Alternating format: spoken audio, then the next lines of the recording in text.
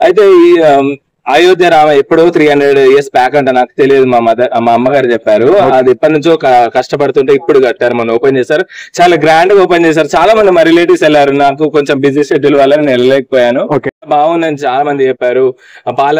బలరాముని ఎంత చాలా బాగా చేశారు, డెకరేట్ చేశారు, అందరు సెలబ్రిటీలని అందరిని ఇన్వైట్ చేశారు, అందరు వెళ్ళాలి అక్కడ, అందరు ప్రతి ఒక్కరు వచ్చారు, చాలా మంచి బాగా అనిపించింది.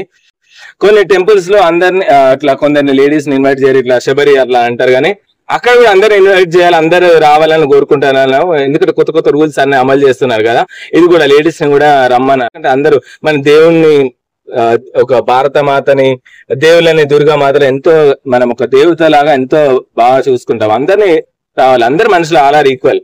అలా అది కూడా ఒక కొత్త అమలు చేయాలని నేను మనస్ఫూర్తిగా అనుకుంటున్నాను. శబరిలో అది ఏదో చిన్నప్పటి నుంచి వింటున్నాను, నాకు తెలియదు ఎందుకో లేడీస్ వెళ్ళొద్దని.